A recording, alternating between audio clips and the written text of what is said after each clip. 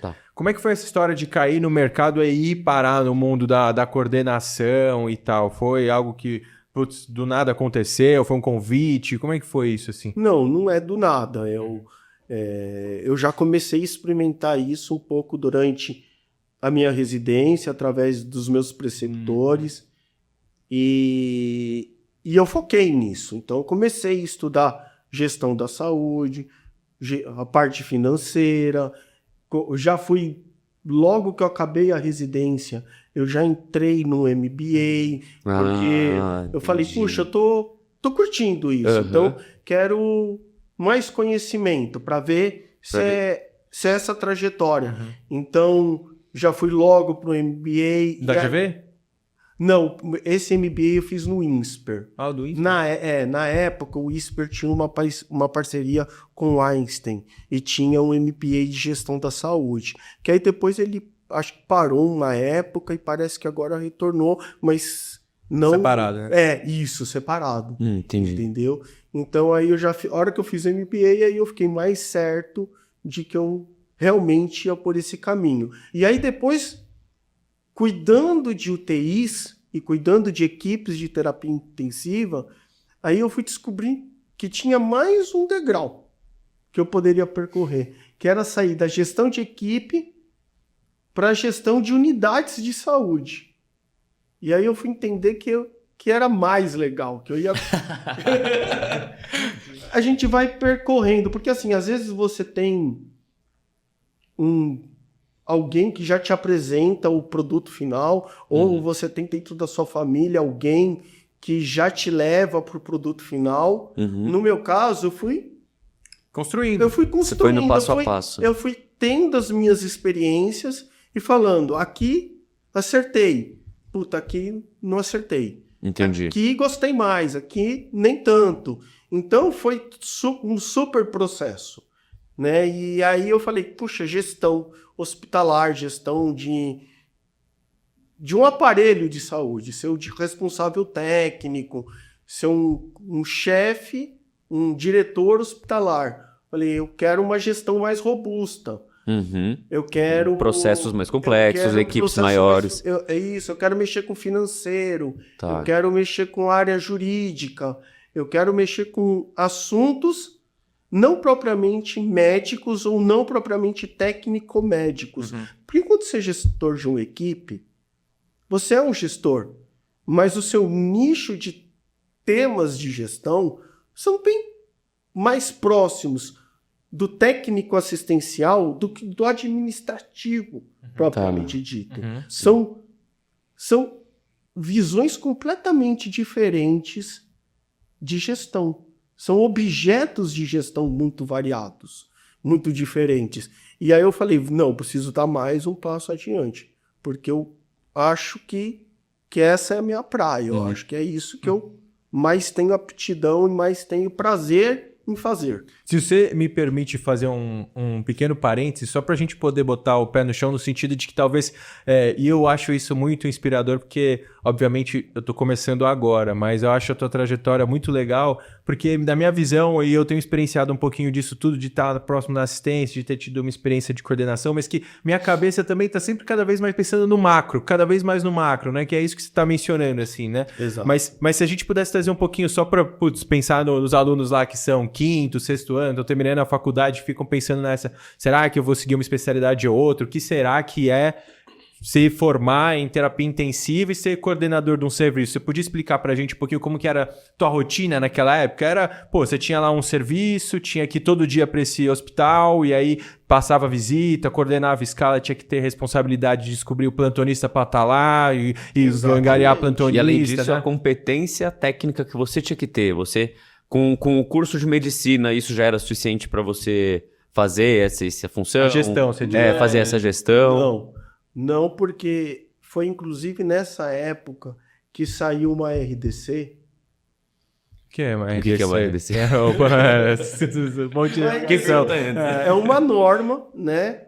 Uma regulamentação que define padrões, nesse caso, definia padrões mínimos para o funcionamento de uma unidade de terapia intensiva. Tá. E também era uma época... Nacional. nacional. E também era uma época que a MIB estava trabalhando a questão de que para coordenar, para liderar uma unidade de terapia intensiva, não bastava ser médico. Deveria ser especialista em terapia intensiva. Perfeito. Então foi bem nessa época aí, acredito 2010, 2011, aí precisaria dar uma revisada na história, mas é mais ou menos por aí. Então eu peguei bem essa época em que para você ser responsável por uma unidade de terapia intensiva, você deveria ser especialista. Antes disso, como havia uma escassez muito grande de especialistas em terapia intensiva, não se tinha essa exigência legal, né? E porque senão também não teria gente para ocupar o cargo, preencher as vagas e tocar a serviços. saúde no Brasil, principalmente os lugares mais distantes, onde a gente tem carência de profissionais especialistas. E ainda continua tendo. Né? O Brasil tem muita desigualdade de especialidades, de distribuição de força de trabalho médico, principalmente especialistas. Então, eu fui construindo nessa trajetória e acabei... Então, precisava ter o título de especialista, precisava, então, se era o responsável técnico de uma unidade de terapia intensiva, a RDC 07, é aquela pessoa que é responsável pelo corpo clínico da UTI, né? Então, qualificar esse corpo clínico, colocar ele numa escala de trabalho, acompanhar o trabalho dele, dar subsídio técnico. Então, quando ele tem uma dificuldade, ele não sabe lidar com uma situação, tratar uma determinada doença, então tem que dar esse respaldo técnico, né? Tem que resolver conflitos, tem que fazer a gestão financeira ali daquele time de médicos que está executando as atividades assistenciais. Então, tem a parte nos hospitais onde a gente tem qualidade, protocolos, então tem que fazer a gestão dos protocolos, escrever protocolos, monitorar indicadores de performance. Então tem todas essas atribuições, né? Que são os responsáveis técnicos de serviços, o responsável técnico de uma clínica médica, de um serviço de cirurgia, né? E da terapia intensiva, ele vai fazer isso. Né? Se ele estiver bem desenvolvendo o papel dele, ele vai fazer todos esses componentes. E daí, na prática, só uma pergunta, no dia a dia, o quanto que esse desenvolvimento, e lógico, quanto mais você estava ambicioso, perseguindo essa vontade de ampliar a sua área de gestão, né? Cada vez coordenando coisas maiores.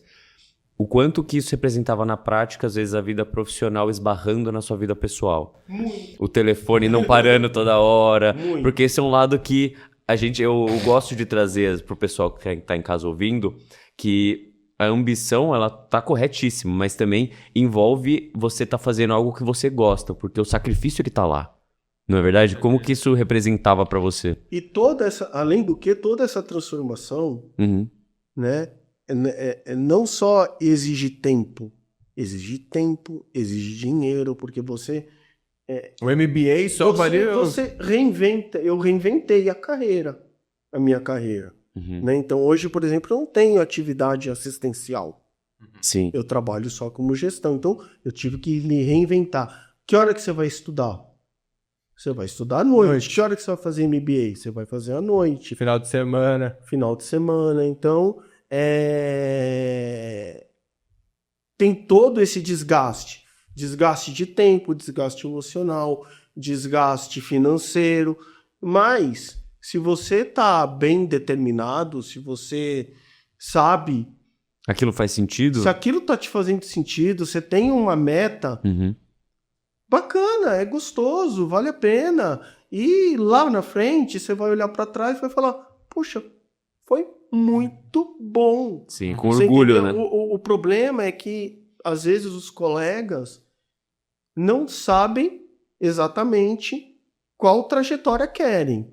E aí, vai por um caminho, se frustra, vai por outro caminho, se frustra, e aí isso desanima, isso desmotiva. Agora, se você tem uma trajetória e vai passando por ela... Você tem um norte. Você tem um norte, você tem um objetivo, você sabe onde você quer chegar, e aí isso é uma coisa também que eu acho que está faltando muito, não é no profissional médico, mas no jovem que está saindo da universidade, e não é na medicina só, em muitas carreiras, às vezes ele não sabe muito bem o que ele quer, para onde ele quer ir, qual é o objetivo dele, e aí isso aí desgasta. Sim. E aí não é um desgaste prazeroso, não é um desgaste de resultado, porque o desgaste de resultado é gostoso, pô, a faculdade não é pesada?